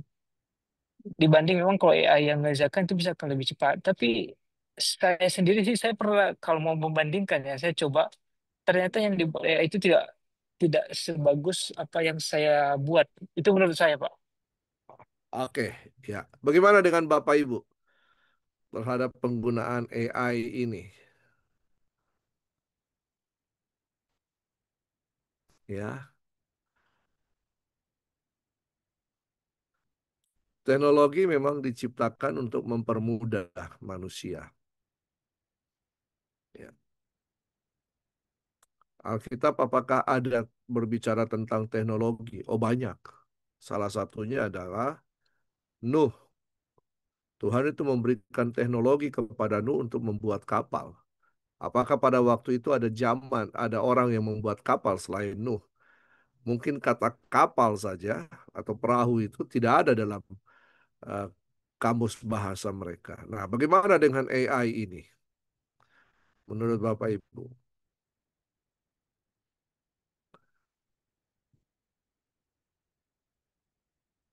Atau masih bingung? Ya, bisa nggak AI membantu seseorang untuk mengerjakan tugas? Bisa, Pak. Ya, Cuman Bisa, kasihan bisa. mahasiswanya nanti, Pak. nah, menurut yang lain coba tunggu. Selain bagaimana Pak Demison?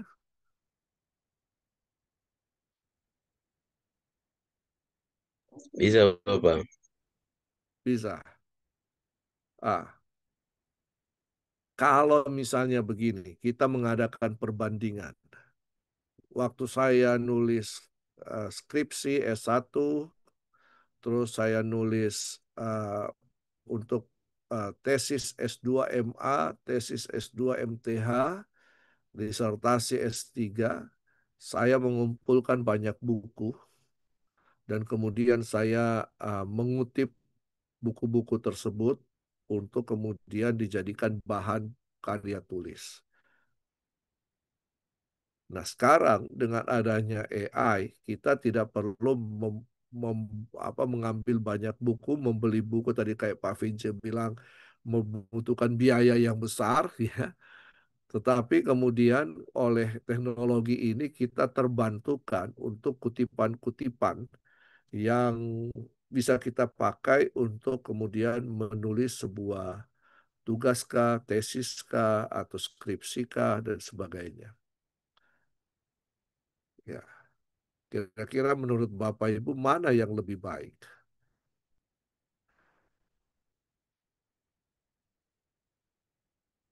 Nah, sebenarnya manusia menciptakan teknologi, manusia menciptakan senjata. Senjata ini senjata ini bagi Bapak Ibu dipergunakan ya untuk apa sih? Senjata. Kalau seorang penjahat, senjata ini akan dipergunakan untuk merampok atau membunuh. Tapi kalau seorang yang baik, senjata ini dipakai untuk perlindungan. Sama, man behind the gun. Ya. Pada prinsipnya adalah teknologi itu diciptakan untuk memudahkan manusia, termasuk AI. Karena AI akan connect terhadap ya tadi Pak Vince sempat singgung bahwa kita buat skripsi, tesis, karya tulis, jurnal dan sebagainya itu kemudian kan dimasukkan di internet, ya. Jadi sumber data dari AI ini ya dari apa yang diupload oleh manusia. Itu sumber datanya. Nah, apakah kemudian bisa nggak dipakai di bidang akademik atau di bidang pelayanan, termasuk membuat khotbah? Ya, apakah ada Roh Kudusnya di dalamnya? Ya, kira-kira bagaimana menurut Bapak Ibu? Coba kasih pandangan dulu.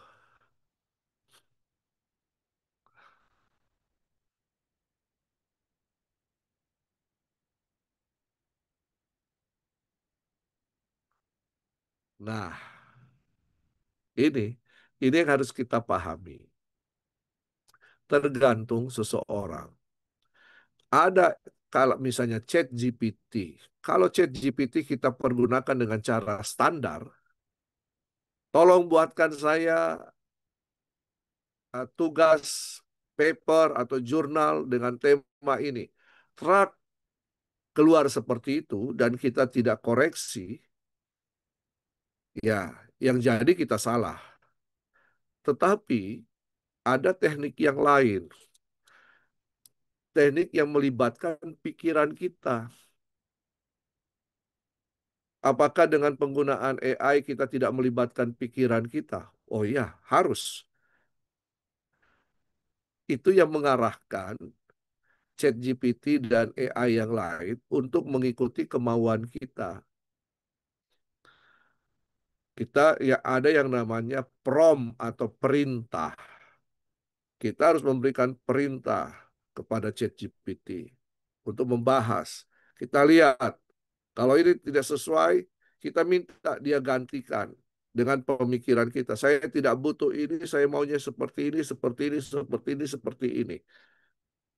Ya, ya. Jadi itu akan menghasilkan tulisan yang sesuai dengan pemikiran kita, membantu kita. Ya. Yang salah adalah ketika kita langsung ciplak itu langsung jadi begitu saja, tidak diproses dengan baik, prompt.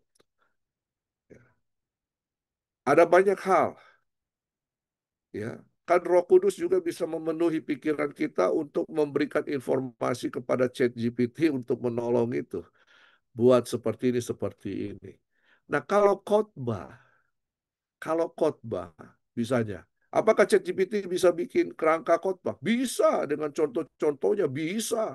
Sangat bisa. Misalnya, tolong saya seorang pendeta ingin berkhotbah tentang pencobaan manusia misalnya. Saya ingin dibuatkan dalam tiga uh, poin. Sertakan ayatnya dan sertakan contoh-contohnya. Itu akan keluar. Bapak Ibu klik, tik, keluar. Tapi ya di dalamnya bisa nggak kita pakai? Bisa saja kalau kita tidak mau berusaha.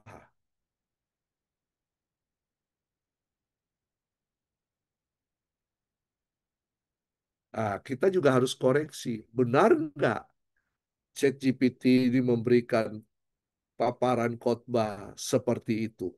Seperti yang kita mau. Ya.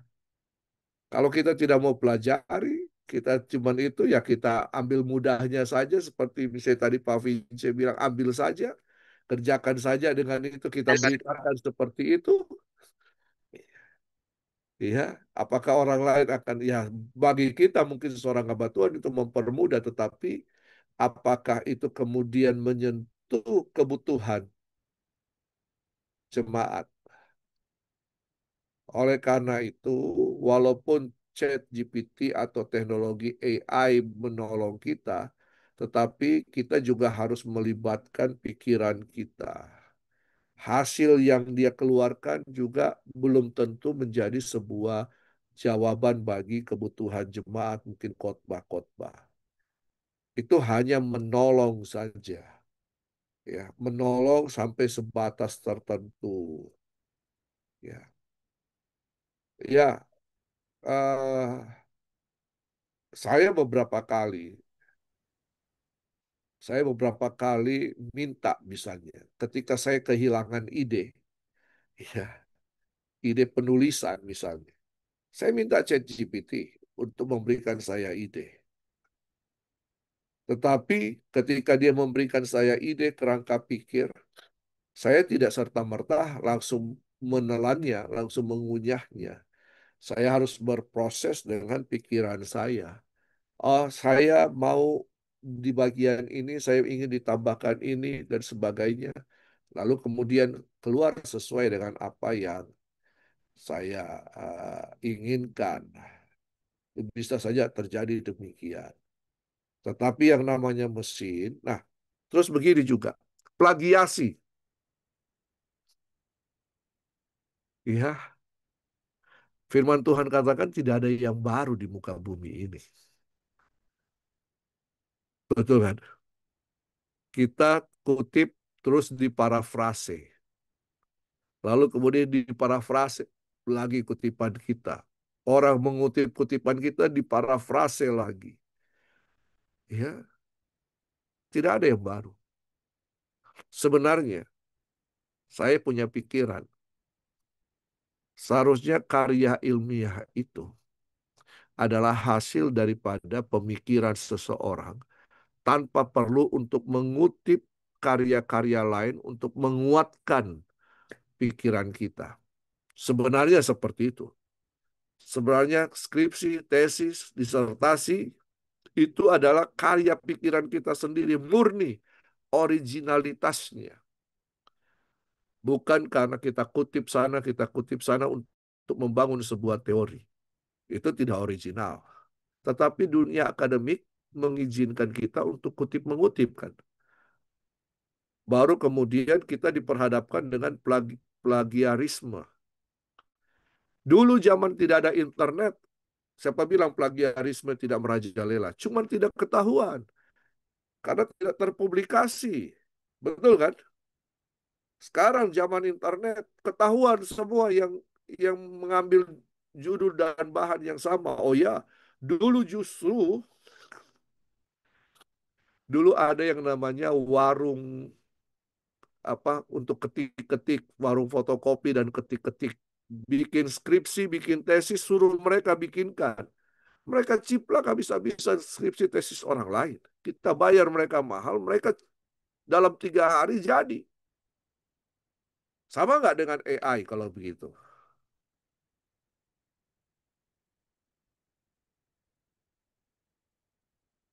Ya, suruh orang buat skripsi tesis, Sama Pak, sama.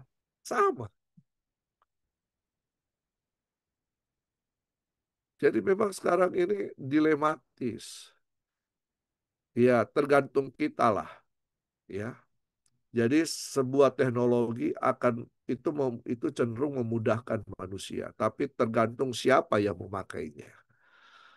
Dan kita bersyukur kalau ada pembahasan-pembahasan AI. Saya barusan lagi bikin jurnal dengan tema sorry.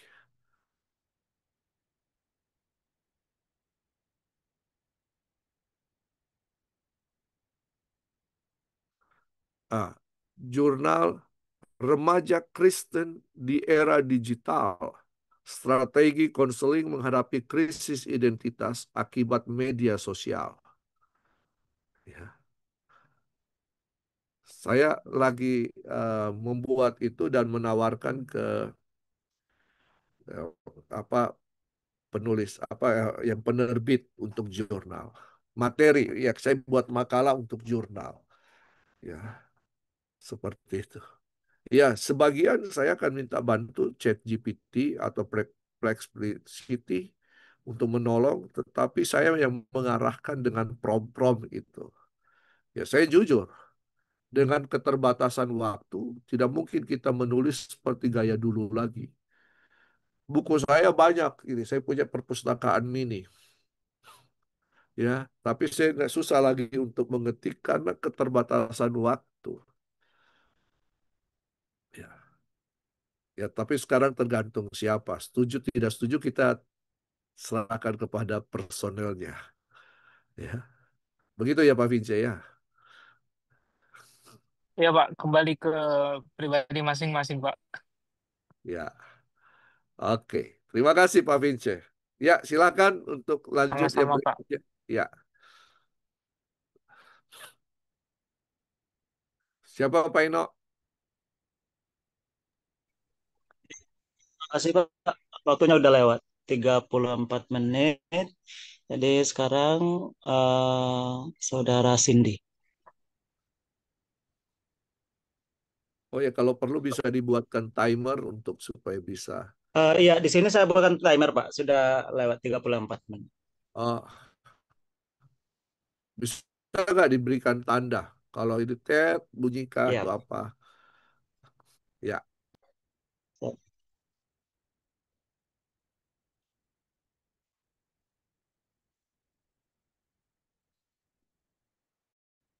Saudara Cindy.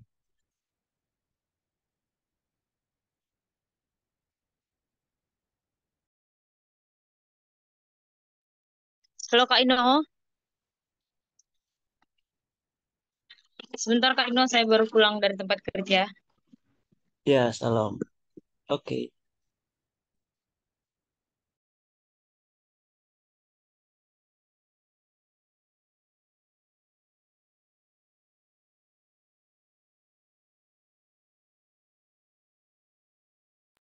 ya, mungkin Bu Cindy setelah satu orang, Pak Ino.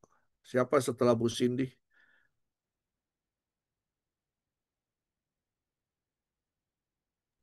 Setelah Bu Cindy, Ibu Paulina. Pak, Oh ya, mungkin Ibu Ibu Paulina. Paulina mungkin udah siap apa masih besok ya? Ya, saya belum selesai. Saya minta waktunya untuk besok. Tadi sudah sampaikan Pak Mas Ino ya. Iya, iya. Mungkin dari teman-teman yang sudah siap bisa. Bu Paulina besok bisanya Pak. Oke, siapa yang bisa hari ini?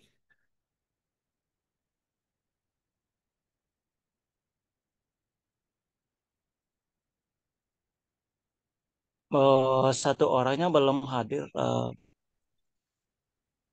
Kamar Linda. Ya, misalnya apakah yang dijatuhkan besok bisa nggak ada yang presentasi hari ini? Dari teman-teman yang lain ada yang mau presentasi hari ini? Mungkin mengisi waktu teman-teman yang belum bisa. Saudara Demison, Kak Victor.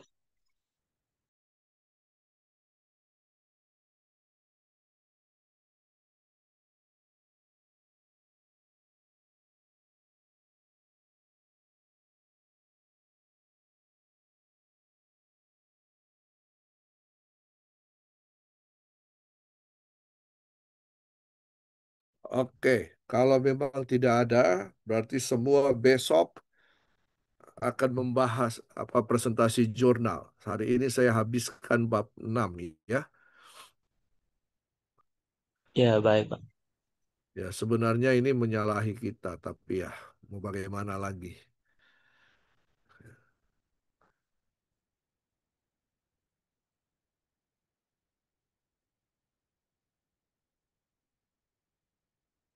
Ya, bab 6 kita bicara tentang integrasi peran Roh Kudus dalam pendidikan Kristen.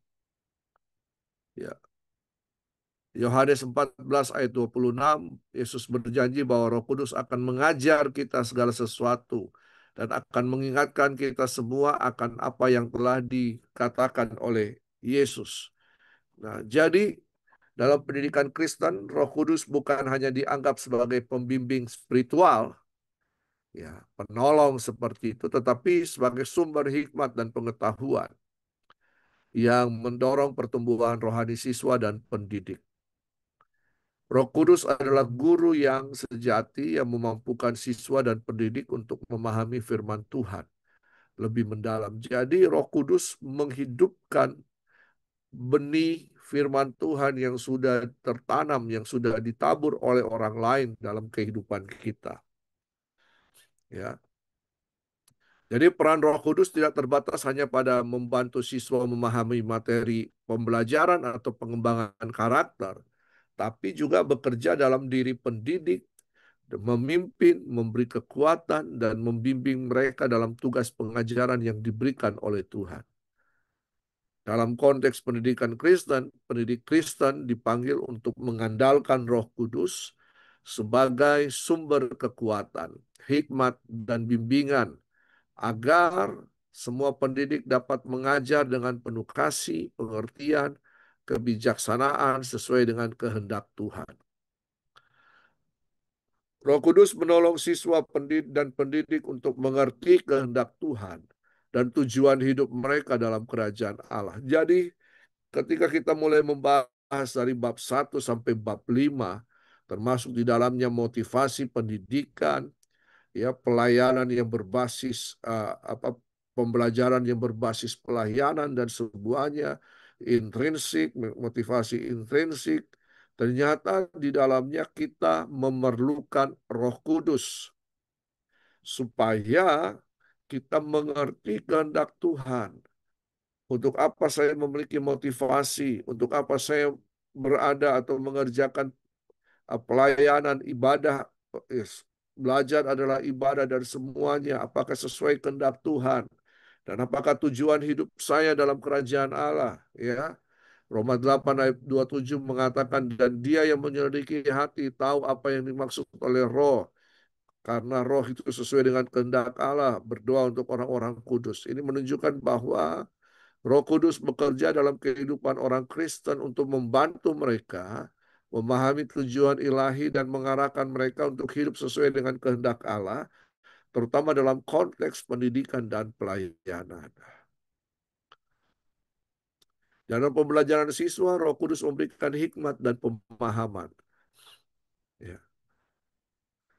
Nah, jadi kalau kita mengajarkan siswa atau ya peserta didik kita untuk takut akan Tuhan, hidup mengenal Tuhan, mengalami Roh Kudus dalam hidup mereka, dipimpin Roh Kudus, maka kita akan melihat anak-anak ini akan bertumbuh termotivasi dalam belajar. Mereka akan mengandalkan Roh Kudus. Mereka akan mencari kebenaran, memahami firman Tuhan lebih dalam, dan merasa hidup mereka berarti. Mereka tidak hanya mengandalkan pemikiran manusiawi, tapi karena hidup mereka berarti, jadi mereka terus memacu diri untuk menjadi semakin baik dan lebih baik lagi, sehingga mereka menjadi saksi-saksi Kristus, ya.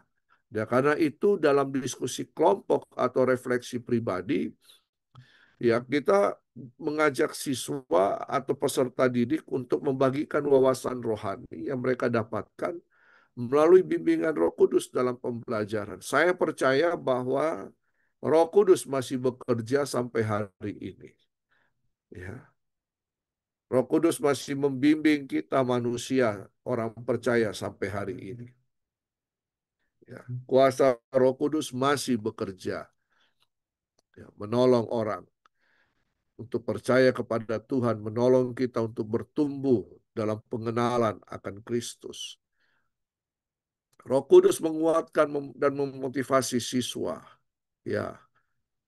Jadi kalau ada siswa yang tertekan dengan tugas akademik, tidak merasa berdaya, ya, dalam belajar, mereka bisa berdoa memohon bimbingan Roh Kudus supaya mereka dapat melanjutkan dengan semangat dan ketekunan.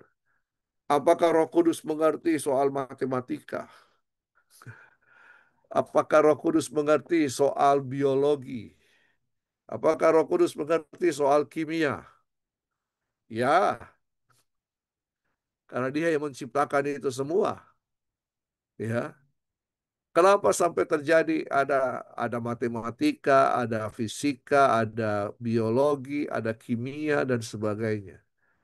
Karena Roh Kudus memberikan hikmat kepada manusia untuk mengembangkan ketertarikannya yang berbuahkan pada pengetahuan dan kemudian menjadi ilmu. Ya. Jadi kalau kita berdoa kepada Roh Kudus, minta Roh Kudus akan memberikan hikmat. Sama ketika kita melayani untuk menyampaikan firman Tuhan, ya kan? Siapa yang mengerti firman Tuhan?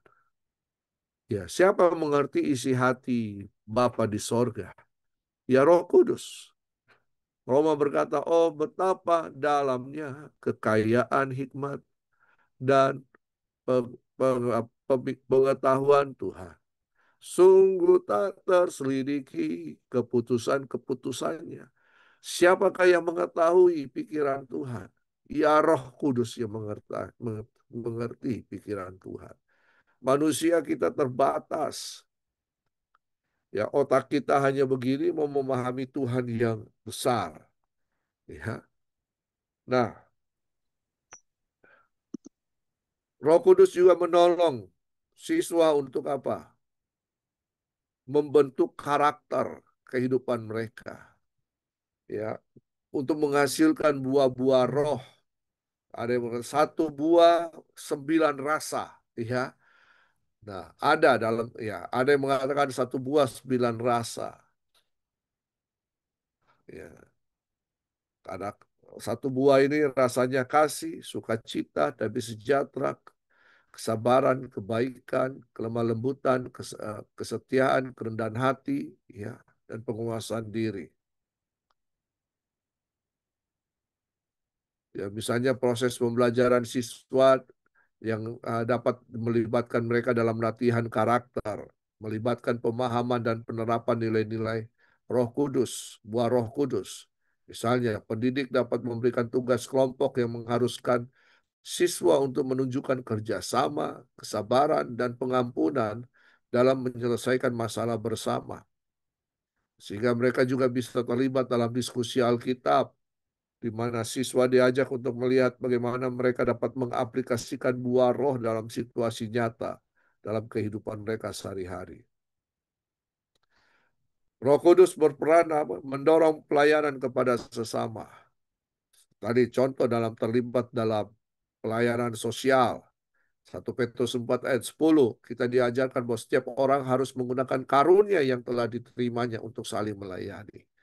Ya, dengan demikian dia mengembangkan pelayanan kepada sesama.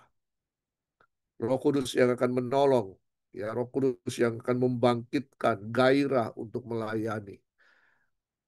Biarlah rohmu bernyala-nyala, layanilah Tuhan. Ya. Peran Roh Kudus dalam pembelajaran untuk pendidik. Tadi untuk siswa, sekarang untuk pendidik. Ya, sebagai pendidik, ya, jangan hanya mengandalkan kecakapan akademis atau metodologi pengajaran. Apapun itu bisa terjadi walaupun dengan metode pembelajaran secara sederhana. Kita ngajar anak-anak dengan cara sederhana, tetapi karena Roh Kudus memberikan hikmat, kekuatan, dan bimbingan dalam melakukan pembelajaran itu, maka anak-anak akan terberkati. Ya, dengan apa? Dengan fasilitas yang sederhana, tidak seperti orang di kota, tapi karena dibimbing, diberikan hikmat oleh Roh Kudus, maka kita bisa mendapatkan kreativitas untuk mengajar mereka. Jadi peran Roh Kudus dalam mendukung tugas pendidik Kristen itu memberikan hikmat dan pengertian. Yakobus 1 ayat 5 kita diajarkan minta hikmat kepada Allah. Ya, kalau kurang hikmat minta. Roh Kudus akan menolong kita. Jadi Roh Kudus itu sangat luar biasa. Kita belajar teori-teori pembelajaran. ketika kita berserah bergantung kepada Roh Kudus. Roh Kudus itu akan membuat kita bisa memahami teori-teori pembelajaran dan kreatif untuk menggunakannya. Bisa. Karena kita sudah belajar. Ya. Karena kan Roh Kudus memberikan ide di tengah-tengah pembelajaran. Roh Kudus memberikan Uh, kata-kata pengetahuan, kata-kata hikmat, ya, sehingga ketika kita mengajar anak-anak itu mendapatkan sesuatu. Menjadi seorang guru, semua orang, ya, semua orang bisa, ya, saya bisa katakan semua orang bisa mengajar. Tetapi tidak semua bisa menjadi guru. Ya. Semua orang bisa mengajar, dia bisa ajar apa saja. Tapi tidak semua bisa menjadi guru.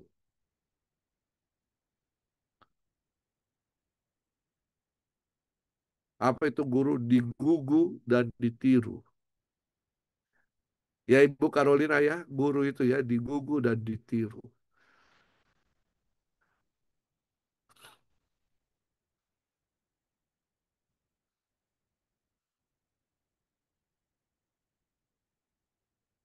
Peran Roh Kudus untuk pendidik memberikan bimbingan dalam pengajaran dengan kasih.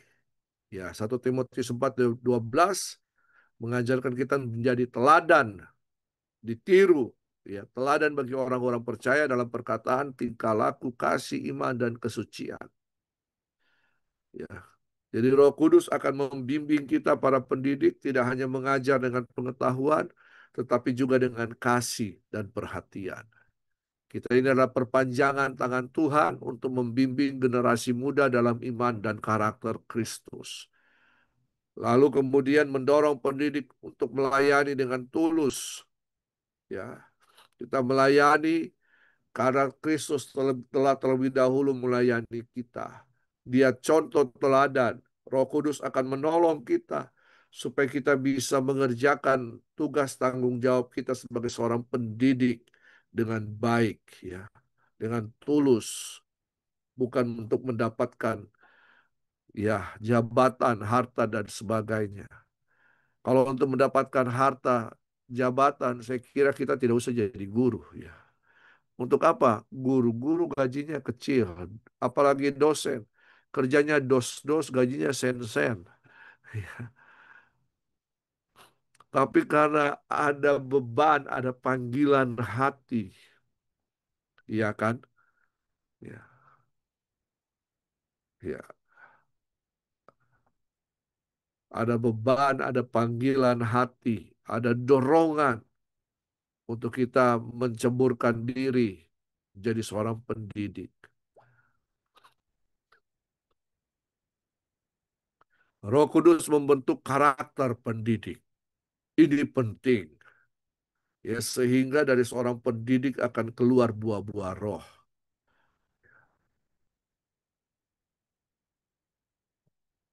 Jadi kita menjadi teladan, ya, bagi kehidupan mereka. Mereka bisa menikmati kehidupan seorang pendidik.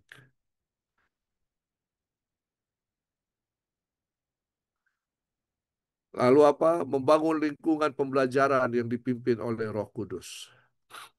Bagaimana kita membangun atmosfer rohani di mana Roh Kudus bekerja di dalamnya. Mereka akan mengalami pengalaman-pengalaman spiritual. Saya pernah mengalami kurang lebih hampir 3 tahun. Saya kurang lebih setiap hari Jumat itu saya naik motor sekitar 15 kilo atau 20 kilo. Ya, saya bawa motor untuk pergi ke satu sekolah SMP di mana ada satu guru yang sangat terbeban dengan anak-anak muridnya. Sekolah ini sekolah negeri dan siswanya sangat banyak, ratusan, tetapi orang Kristen di situ hanya puluhan, ya, anak-anak Kristen. Bahkan ada yang sudah berpindah keyakinan, ya, karena pergaulan.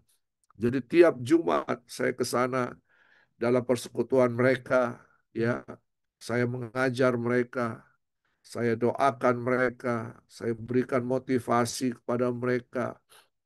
Bahkan mereka mengalami pengalaman-pengalaman spiritual, ya, atau apa, encounter dengan Tuhan. Dan hari ini saya melihat banyak di antara mereka yang sudah menikah menjadi pengikut Kristus yang setia, ada di gereja melayani, menjadi berkat. Ya. Nah, jadi kita harus menciptakan lingkungan pembelajaran di mana ada atmosfer ilahi, atmosfer kasih, atmosfer yang mendukung, mendorong, memotivasi. Ya, itu harus ada doa bersama. Ya, mengadakan doa sebelum dan sesudah pelajaran, memohon bimbingan Roh Kudus dalam pembelajaran dan kehidupan siswa, atau paling dengan ini kita membebaskan peran Roh Kudus lebih besar lagi, ya. Ada refleksi rohani, memberikan kesempatan bagi siswa untuk merenung dan berdoa setelah pengalaman belajar, ya, dan sebagainya, membaca firman Tuhan. Mereka ada waktu untuk berdiskusi, ya, kok dalam komunitas merefleksikan firman Tuhan itu, ya, sehingga lingkungan pembelajaran itu menjadi lingkungan yang menyenangkan, ya, dan menggairahkan. Ada ketenangan di dalamnya. Makanya kemarin saya katakan di hari pertama ada perbedaan antara sekolah Kristen dan sekolah yang di luar, yang non-Kristen. Seperti kalau masuk sekolah Kristen yang guru-gurunya, murid-muridnya itu takut Tuhan dan sebagainya, itu ada perasaan nyaman, tenang, teduh, ya, di situ. Nah, peran Roh Kudus dalam proses evaluasi. Ya, jadi Roh Kudus dapat berperan dalam evaluasi pembelajaran siswa dan pendidik. Dalam proses evaluasi ini, pendidik dapat membimbing siswa dan diri mereka sendiri untuk merenungkan pertumbuhan mereka, baik dalam aspek akademik maupun spiritual, juga dalam pertumbuhan karakter dan pengembangan iman. Karena Roh Kudus itu mengajar kita untuk memahami apa yang telah diberikan Allah kepada kita. Nah, ini adalah evaluasi yang mencakup apa, refleksi diri yang dibimbing oleh Roh Kudus. Selesai sampai di sini. Jadi diharapkan besok Bapak Ibu, ya, terima kasih Pak Vince sudah mendahului hari ini. Ya, berarti Bapak Ibu sepenuhnya dari awal, dari jam 6:30 sampai selesai. Ya, oke. Ada hal yang ingin didiskusikan, silakan. Jika tidak, kita akan akhiri mempersiapkan diri untuk besok. Jadi jurnalnya selesai tidak selesai tetap harus dipresentasikan, walaupun cuma poin-poinnya. Ya,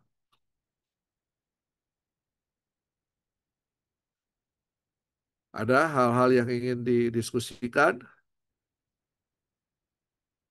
Tidak ada? Ya, puji Tuhan kalau tidak ada. Saya serahkan kepada Pak Ino.